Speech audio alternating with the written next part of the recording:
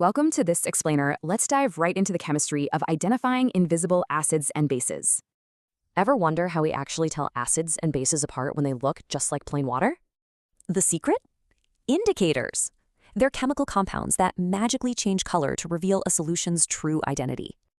Our experiment flow has two simple steps: material preparation and then observation of color changes. First up, material preparation. We've got hydrochloric acid, a sodium hydroxide base, and 4 specific indicators ready.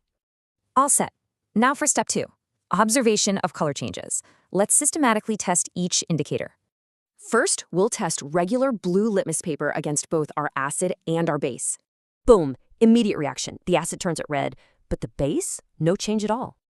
Okay, let's flip it around. Now we're testing the red litmus paper.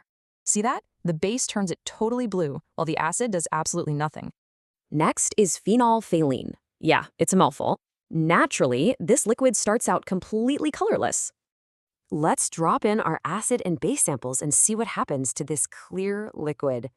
In the acid, it stays totally clear, but add a base, and wow, vibrant pink.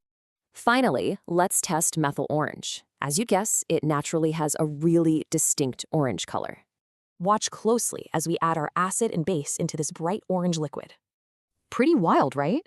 The acid instantly turns it red, while the base makes it yellow. Let's recap that entire experiment flow and summarize these awesome color changes in one place. Litmus paper is super straightforward.